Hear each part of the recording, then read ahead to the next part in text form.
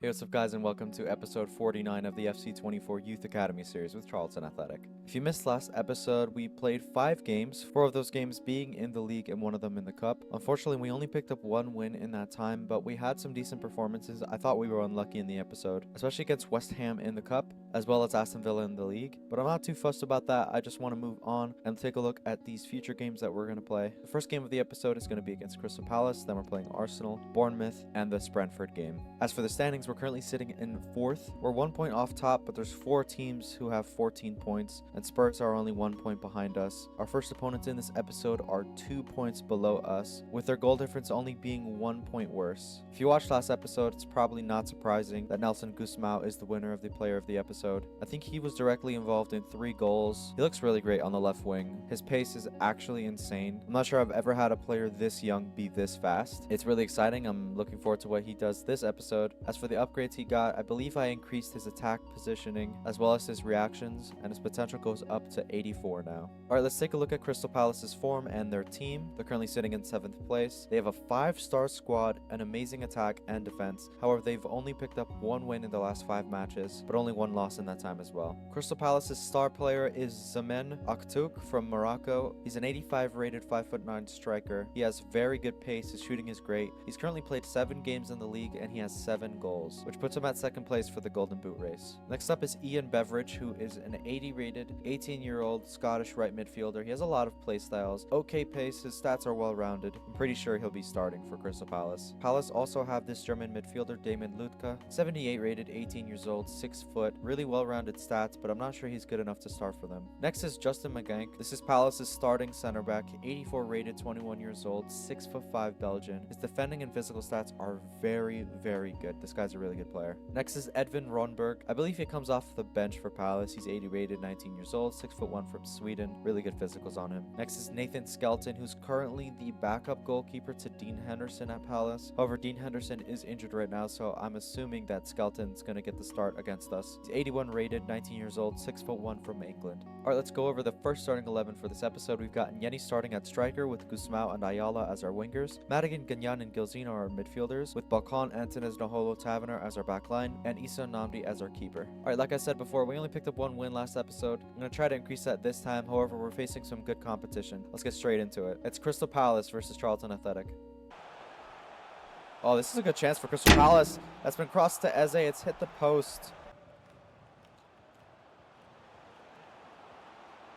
Here's Madigan. That's a good chance. And that is a great strike from the Irishman. I believe this is his 2nd goal of the season. That's a really good move. It was quite fast. We countered really well. We kept possession. There were absolutely no flaws with this move. It's a great pass from Nyeni. It's a great strike from Madigan. That's a striker's finish. Oh no, we got a touch here. We got a touch on the ball, but it's still Crystal Palace's ball, and they've scored here very easily, guys. That is so disappointing. What a pathetic goal to concede. Great ball here to McNeil, and Namdi has to save that. It's going to be a corner. Nope.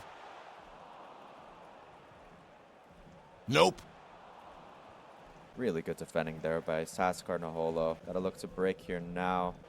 There's Ayala. Gonna try to abuse his pace, but he doesn't really have support. He's gonna have to shoot it, and that's not a great attempt. Ooh. Dangerous here from Palace.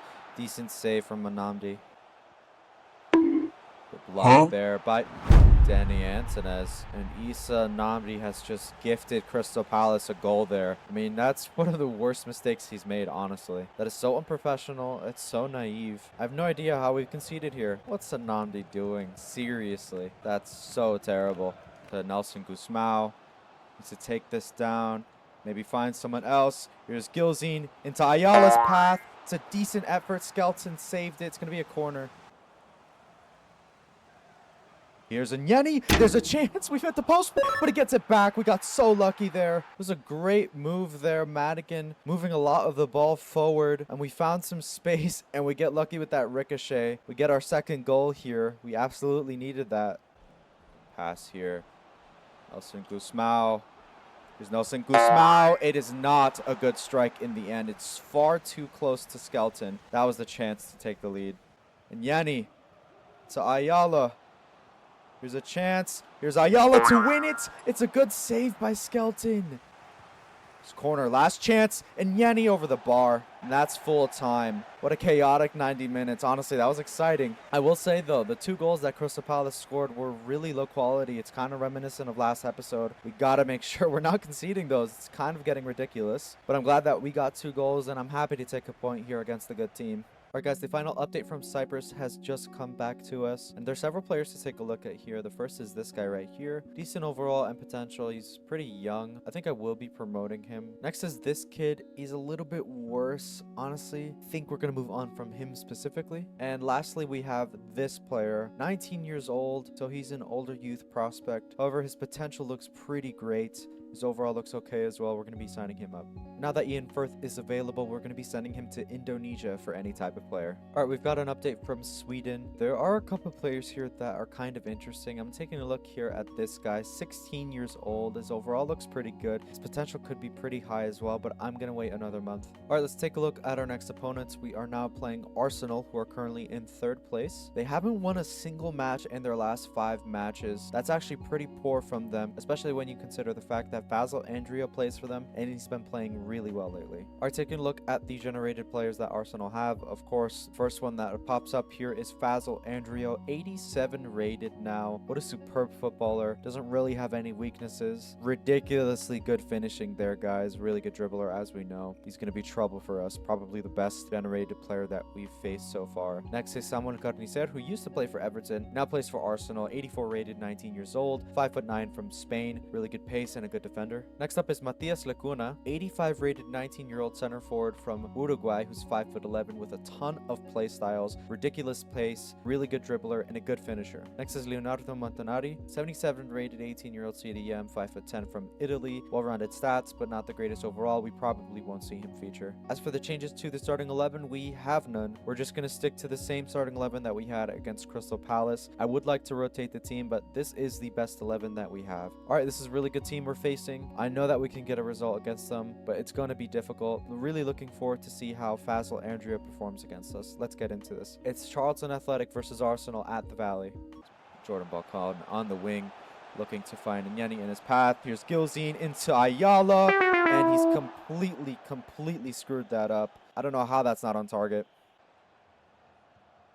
What a pass. Here's Andrea laying it off from Akuku, and that is a great save.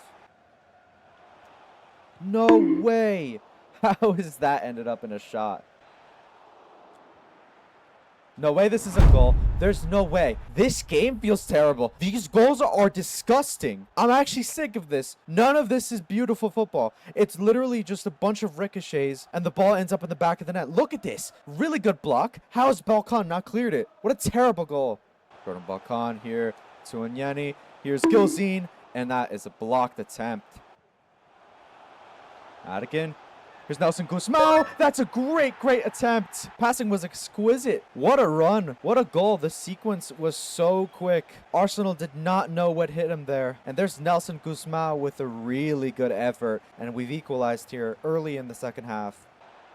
Basil Andrea laying it off here to Yusufu Mkuku. Odegaard playing it across the goal into the first time attempt. That is a very typical goal to concede, and we should not be allowing that, especially after getting our own goal.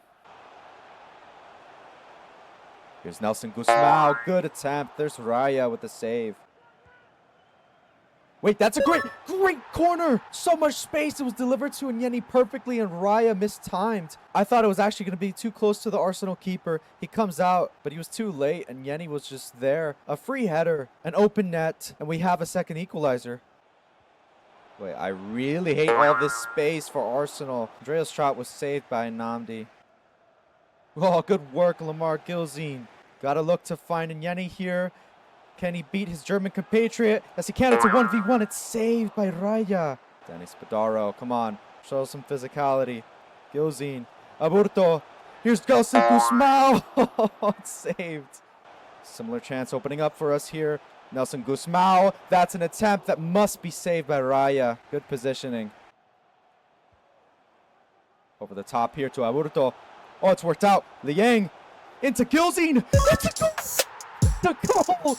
It's a goal in the 93rd minute. It's a winner for Charlton Athletic. We went with the long ball. It's worked out. The space was there for us. We won a header. What a finish to this game. This is insane. This is going to be a crucial victory for us.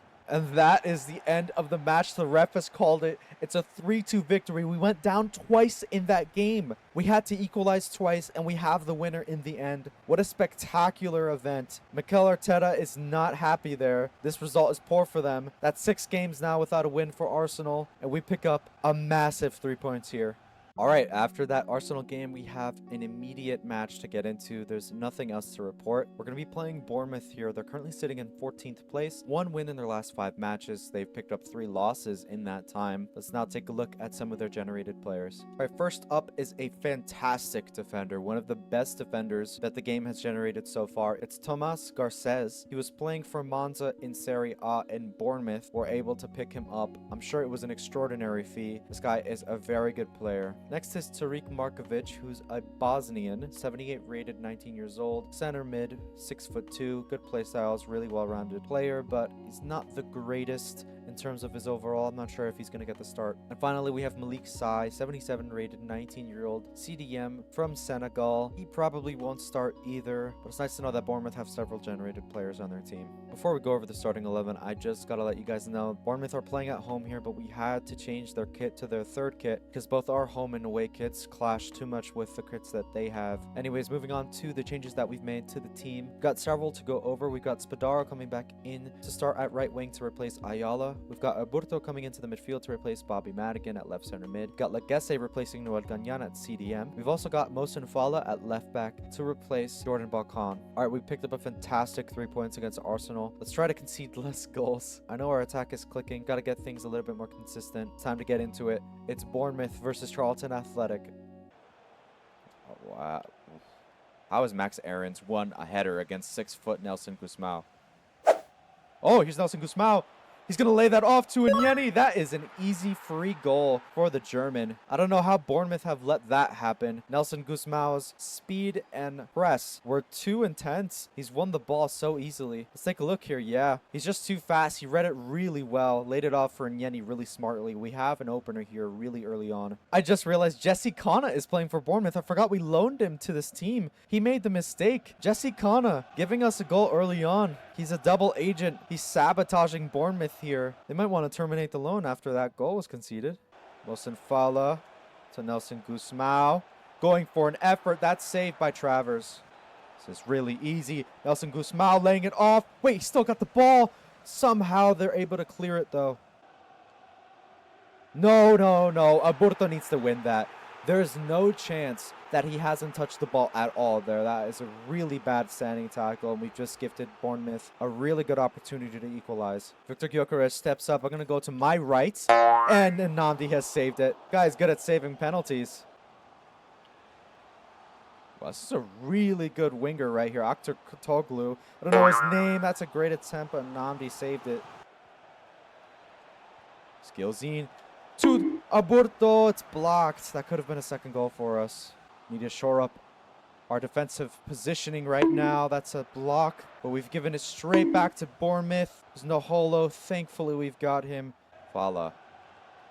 And Nelson Gusmao. He's dribbling here. Here's Nelson Gusmao. A lot of space. It's an effort that's saved by Travers. Wait, that's a good corner. It's over the top, and Nyeni was really, really close. Bournemouth.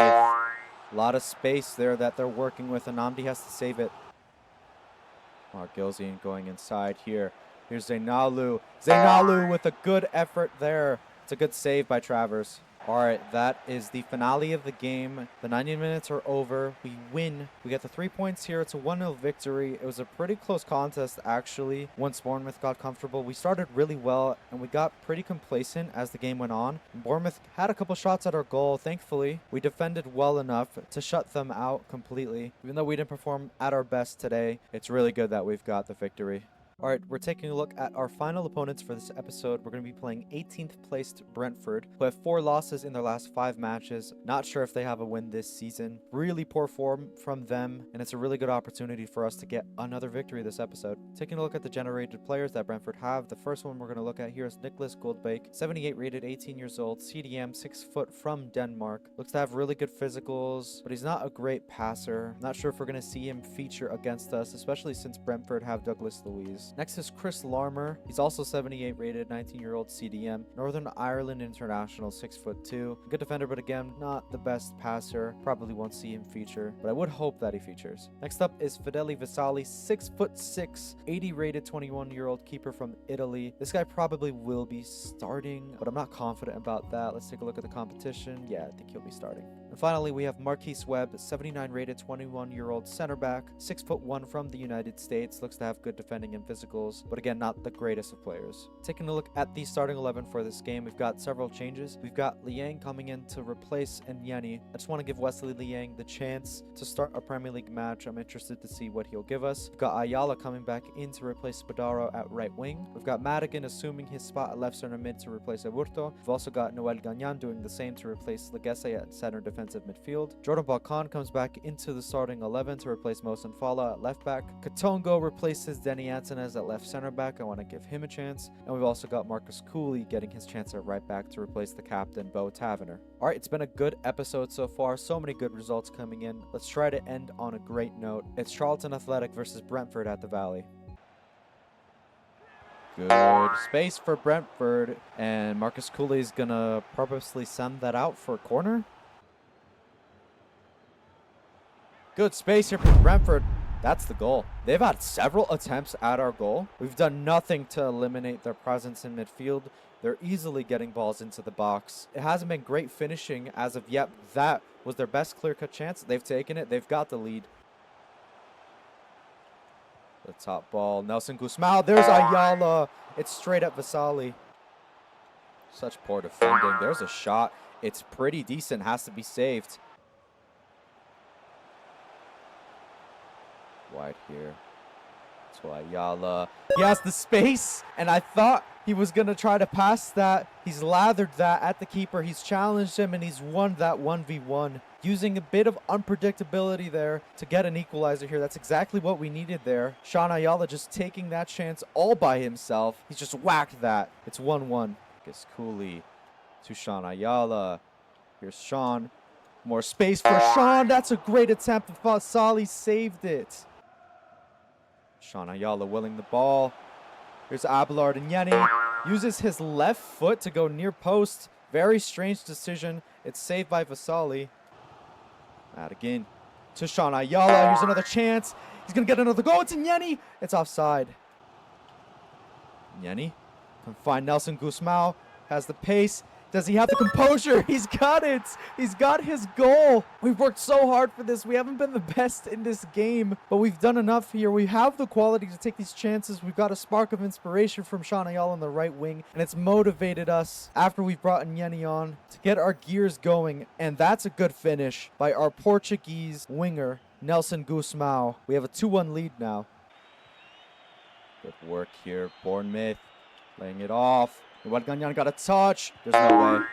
There's no way. Even though we haven't conceded there, I am disgusted that the game's allowed that to happen. Oh, the match is over. That chance was golden for Bournemouth. I can't believe that pass found its way through our entire defense in the last seconds of the game. That feels a bit like scripting. Just going to move on, though. It's a great result for us. We come back from a 1-0 deficit. We win the game 2-1 thanks to goals from Sean Ayala and Nelson Guzmão. We've got an update from the Algerian scouting report. Taking a look at this goalkeeper right here, he has a potential of 74 to 99, which I haven't seen before. Maybe his potential is quite high. We may be signing him. I just want a little bit more information on him, though. Alright, that's going to bring us to the end of this episode. We played 4 games in the league. We drew against Crystal Palace, and then we won the rest of the games. An emphatic result against Arsenal, really close victory against Bournemouth, and a comeback victory against Brentford. The next game that we have to play in the league is against Chelsea. I believe they're around 14th or 15th placed. It's a pretty disappointing showing from them in the league so far. After that, we're going to be playing Brighton, and then there's a ton of December action to go. We'll be playing Newcastle and Manchester City, and then the episode after that will be the games against Norwich, Southampton, Leicester, and Fulham. Alright, after all of those games, we now see ourselves in 3rd place, 1 spot above where we started the episode. We do have a game in hand over Manchester City and Arsenal, who we're level on points with. So if we do at least draw against Chelsea, we will be ending match week 12 at the top of the table, which is pretty remarkable. I mean, sitting at 3rd is still very, very good for this squad, especially after losing Faisal Andrio. We had a really strong episode. Really happy that we're getting closer to the January transfer window and we're not letting off in the results that we're getting. Hopefully if it continues for a long time. Alright guys, it's time to leave it there. If you've enjoyed this episode, make sure you leave a like in the video, leave a comment down below, leave any suggestions you have for the series down there too. Make sure you subscribe to the channel to not miss out on future videos, and I'll be seeing you in the next one.